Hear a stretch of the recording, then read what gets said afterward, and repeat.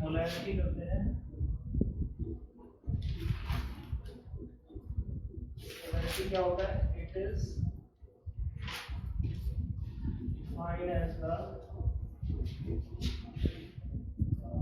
Number of mole per litre of solution.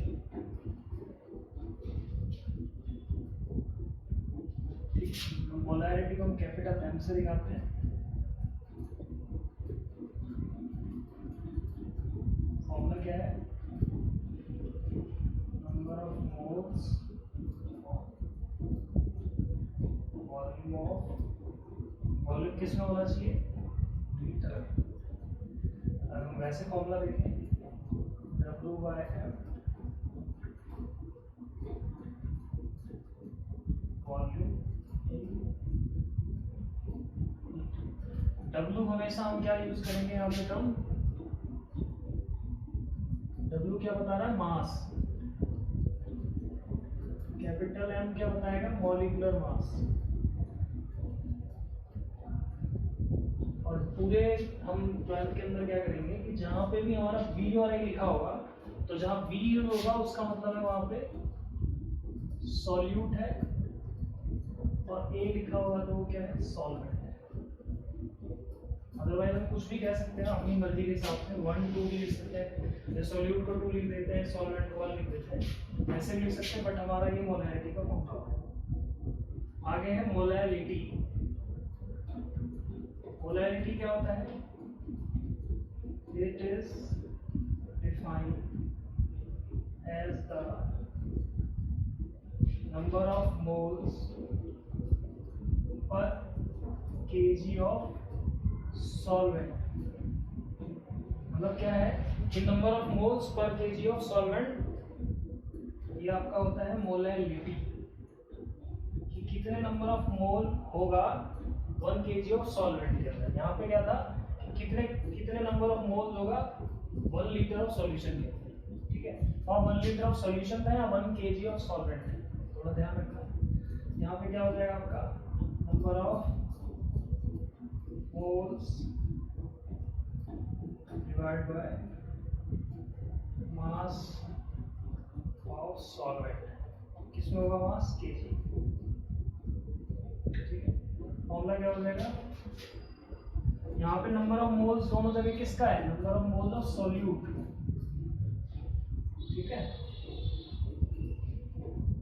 इसीलिए यहाँ पे WV और MV आ रहा है। तो यहाँ पे क्या होगा? WV divide by MV into WA। WA किसमें होगा? इन केजी। ये आपका मोलैरिटी हो गया। ठीक है, मोलैरिटी जो है हमारा, वो एक सॉल्यूशन के लिए अगर होगा, इसमें अगर स्पेशल केस में लिखूं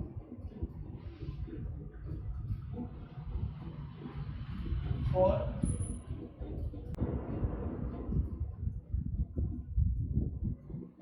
मिक्सिंग 2 सॉल्यूशन, 2 सॉल्यूशन को अगर हम मिक्स कर रहे हैं तो क्या होगा? तो फॉर्मूला होगा M1V1 = M2V2। इसमें से जिसकी मोलैरिटी हमें चाहिए, जैसे मान लो 2 सॉल्यूशन को मिक्स कर रहे हैं, एक का हमें पता है, एक का नहीं पता है।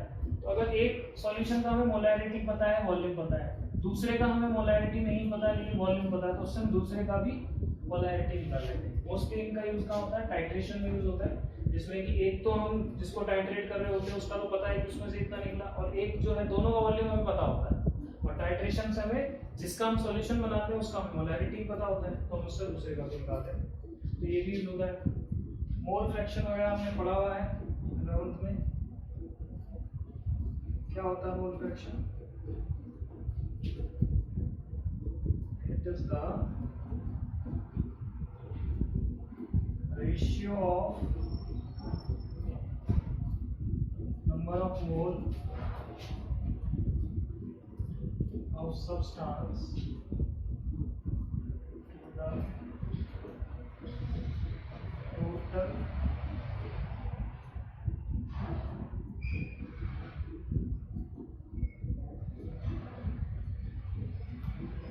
moles of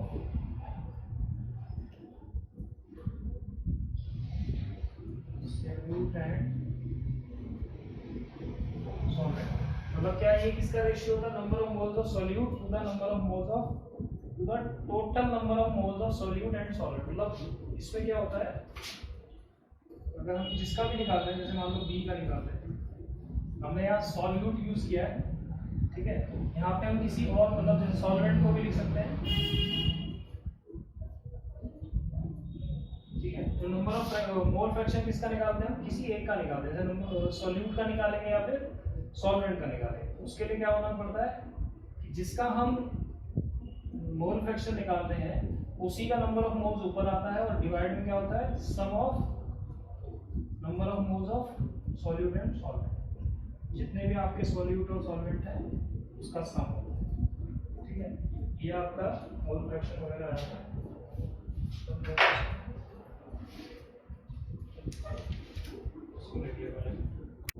इसमें क्या करते हैं, देखो इसका जो यूनिट है, मोलैरिटी का जो यूनिट है, यूनिट ऑफ मोलैरिटी होता है मोल्स पर लीटर, ठीक है। और मोलैरिटी का जो यूनिट होता है मोलैरिटी होता है मोल्स पर केजी, ठीक है। मोल फ्रैक्शन का कोई यूनिट नहीं होता है। नॉर्मलिटी करते हैं, नॉर्मलिटी क्या होता है, number of gram equivalent of solute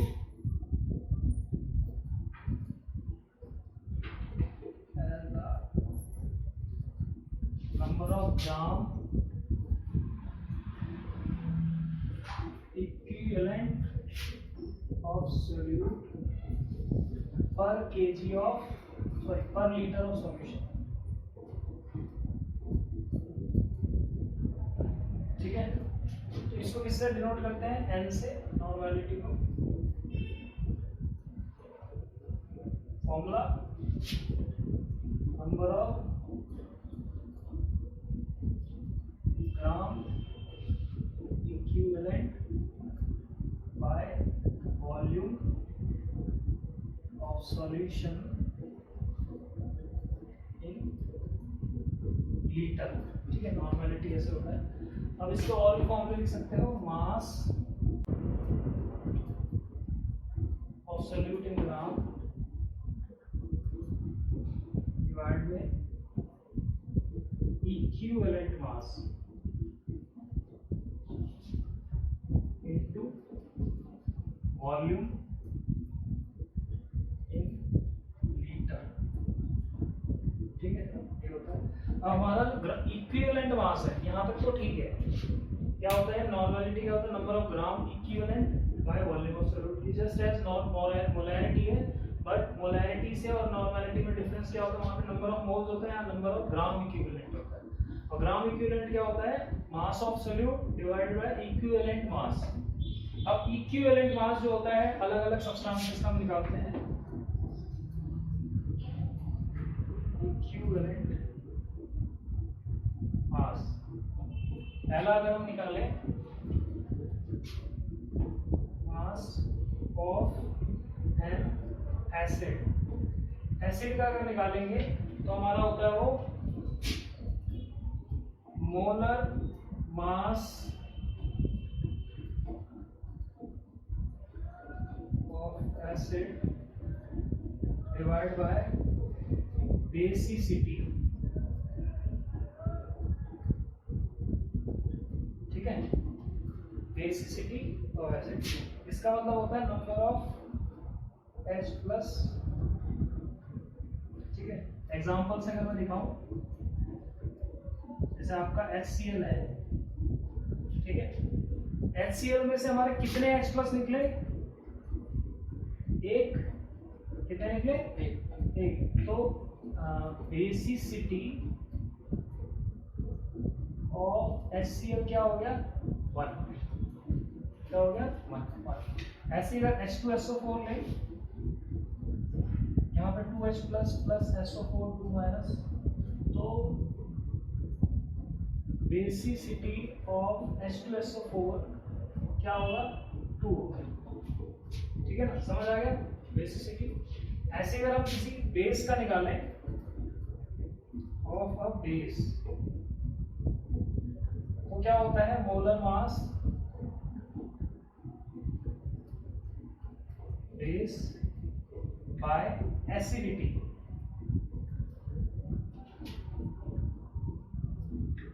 acidity क्या होता है, number of OH minus. Example अगर हम लें, NaOH है, उसके अंदर N प्लस OH माइनस है, तो एसिडिटी ऑफ NaOH क्या होता है, 1। कितने OH निकल रहे हैं इसमें, 1। ऐसे अगर दूसरा लें, CaOH की twice, Ca2 plus 2OH minus, ठीक है। इसका एसिडिटी कितना होगा,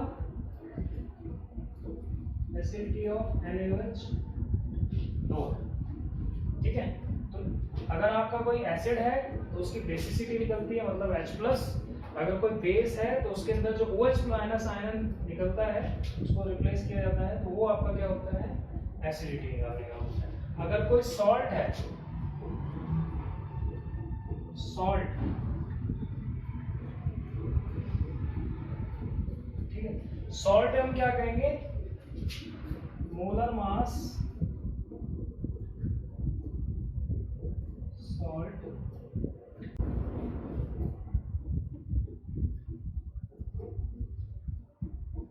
चार्ज ऑन कैटायन, ठीक है। सॉल्ट के अंदर क्या होता है, molar mass of salt divided by total positive charge on cation. अगर कोई एलिमेंट है,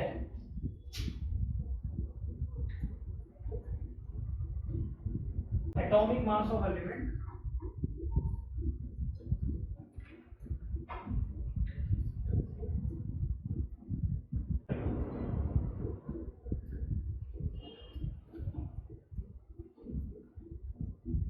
ठीक है। अगर कोई आयन है,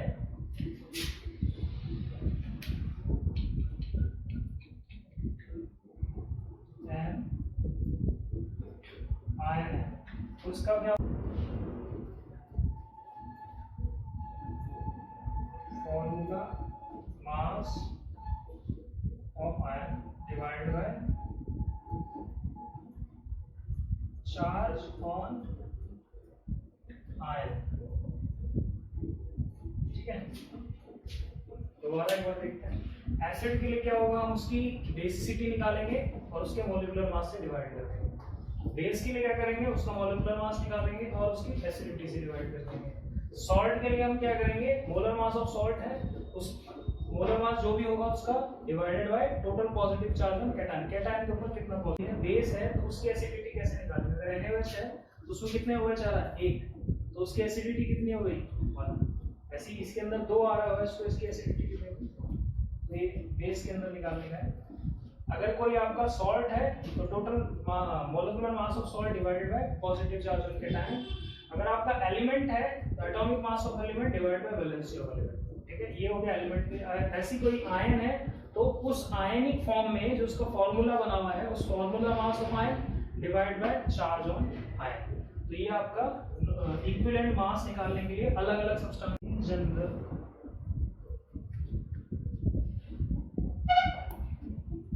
इक्विवेलेंट मास ऑफ सब्सटेंस। अगर हमें कुछ नहीं पता, इनमें से कोई फॉर्मूला नहीं पता, तो एक शॉर्टकट क्या होता है हमारा, तो हमारा ये होता है कि molecular mass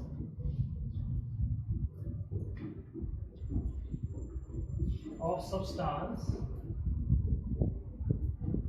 divided by n factor, divided by n factor. n factor क्या होता है, इसी के अंदर अगर मान लो कोई एसिड है या बेस है या सॉल्ट है या एलिमेंट है या आयन है, कुछ भी अगर है, या अगर वो आपका कुछ भी फॉर्म में एनायन है, कैटायन है, कुछ भी अगर फॉर्म में है, तो उस केस में क्या होगा, उसके जितने भी चार्जेस निकलेंगे, जैसे इसके अंदर कितने चार्ज निकल रहे हैं कैटायन, अगर हम इसके ऊपर देखें n फैक्टर समझ आया।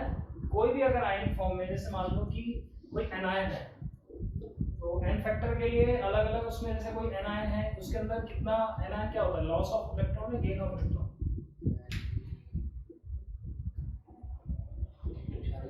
गेन ऑफ इलेक्ट्रॉन उसमें क्या होता है, गेन ऑफ इलेक्ट्रॉन। तो कोई अगर किसी के अंदर ऑक्सीडेशन हो रहा है एनायन है तो उसने कितने इलेक्ट्रॉन गेन किए हैं, वो होता है उसका एन फैक्टर। अगर उसमें 2 इलेक्ट्रॉन गेन कर रहा है तो उसका एन फैक्टर कितना होगा, 2। अगर कोई 2 इलेक्ट्रॉन लॉस कर रहा है तो उसका कितना हो गया, तो भी 2 ही रहेगा, क्योंकि उसने गेन किया तो भी 2 एन फैक्टर हो गया, लॉस किया तो भी उसने 2 लॉस किया तो ये एन फैक्टर उससे निकालेंगे, ठीक है ना। तो जनरल के लिए वो हो जाता है, अदरवाइज ये हमारा फॉर्मूला होता है, ठीक है। तो ये हमारा जनरल हो गया। मान लो कि अगर 2 सॉल्यूशन हमारे पास जिसका नॉर्मेलिटी है n1, वॉल्यूम हमारा v1, दूसरी की नॉर्मेलिटी है n2 और दूसरे का वॉल्यूम है v2, हमने दोनों को मिलाया तो जो सॉल्यूशन बनेगा उसका कुछ और ही नॉर्मेलिटी होगा, उसका जो वॉल्यूम होगा वो क्या होगा, वो ये होगा। इसके इस फॉर्मूले से भी हम नॉर्मेलिटी निकाल सकते हैं किसी अननोन का, अगर 2 का दिया हो। अगर सिर्फ हमें 2 का रिलेशनशिप निकालना है तो हम इससे भी निकाल सकते हैं।